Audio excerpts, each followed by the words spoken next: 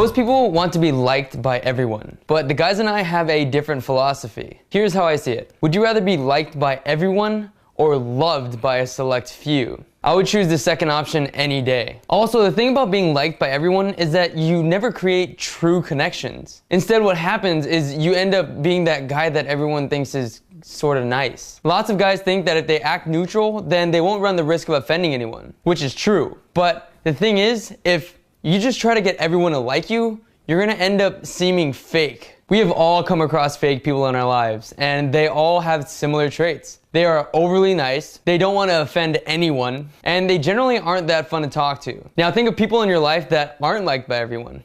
They probably have traits that we call being polarizing. Being a polarizing person means you express yourself fully, even if it means pissing someone off or scaring someone away. Basically, it's just someone who's being themselves and doesn't give a fuck what people think. Let me repeat that so you understand. Being a polarizing person is someone who is themselves to the fullest, and they don't care what people think about them. Be yourself to the extreme and don't apologize to anybody about it. Whatever your passions are, whatever your hobbies are, whatever jokes you like to make, don't be afraid to express that to whoever you want. If you like to watch anime, then don't be afraid to tell the girls that you like to watch anime. Who cares? If they don't like you for it, then they can go fuck themselves. When I act polarizing, I'm basically filtering out the people that I would not connect with in the first place. Like I said earlier, men are afraid of being polarizing because they don't like to rock the boat. They want to make sure everything is safe. But the truth is, women are not attracted to a guy who is boring, neutral, and safe. They're attracted to a guy who has his own thoughts and has his own opinions. I was talking to my female friend the other day, and she was telling me about one of the most annoying traits that a guy can have. And what that trait was being a yes man. A yes man is essentially a guy who is afraid to disagree with a girl. A guy who is afraid to be polarizing. So for today's challenge, you're gonna practice being polarizing with women. Like most of Simple 30 challenges, I want you to over-exaggerate what you would normally do in real life for the sake of comfort. I want you to go overboard because when the time comes for you to do it normally, you'll be a lot more comfortable. Today, you're going to approach 5 women and start a conversation with them. I want you to ask for their opinion on something and then calmly disagree with it. What this will do is teach you to not be that dreaded yes man. And with today's super challenge, you're gonna take it a step further. You're gonna approach 5 women, except this time you're gonna disagree with every single opinion she gives. Now obviously, when you approach a girl for real, you don't wanna disagree with everything she has to say. But this will teach you a very valuable lesson, and that is, disagreeing with girls is not a horrible thing to do. In fact, women actually find it attractive when there's a guy who can actually disagree with them. Here's a clip of me doing the super challenge. Excuse me. Hi, question. What? What is there to eat around here? There's an ale house, though, that I hear is very historic and very good. Oh, what is it? It's called the Ale House. An ale house. I feel like that's a bar.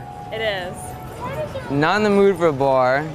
Bars? I hate bars. I prefer like a lounge. You know what stopped me? Your earrings. I doubt that. No, seriously. I saw the lightning and I was like, what the hell is that? I thought it was an N at first. It's my Harry Potter earrings. You for real? Yeah. That's honestly, never read a book. Hated the movie, but I do like Lord of the Rings. So you've been here for a month. Where'd you move from? New York. What do you like better, New York style, lifestyle, or the LA lifestyle? I like this because I'm walking around without a jacket right now, and in New York, there was snow on the ground and it's probably freezing. I've been there, wasn't a fan of New York. Craziest thing I've done was move to California with no job prospects. No job. That's horrible. It is. That is horrible.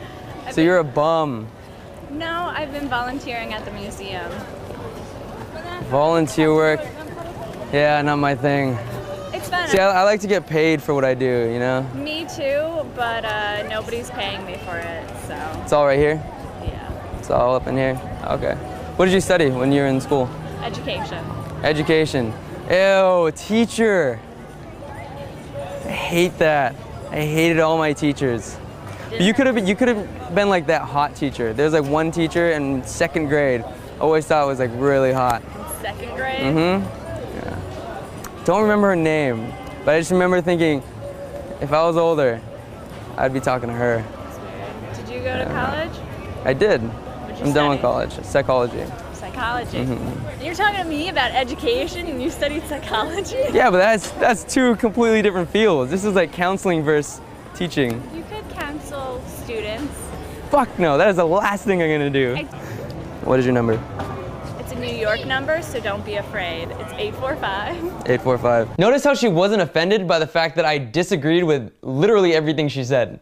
And also notice how we had a great conversation and she actually found it entertaining. Learning to be more polarizing and getting rid of that yes man habit is one of the most important aspects when attracting women. If you could simply be a more polarizing person, you'll fix a lot of the problems that you have with the opposite sex. So get out there, take the challenge, and let us know how it went in the comments. I'll see you tomorrow.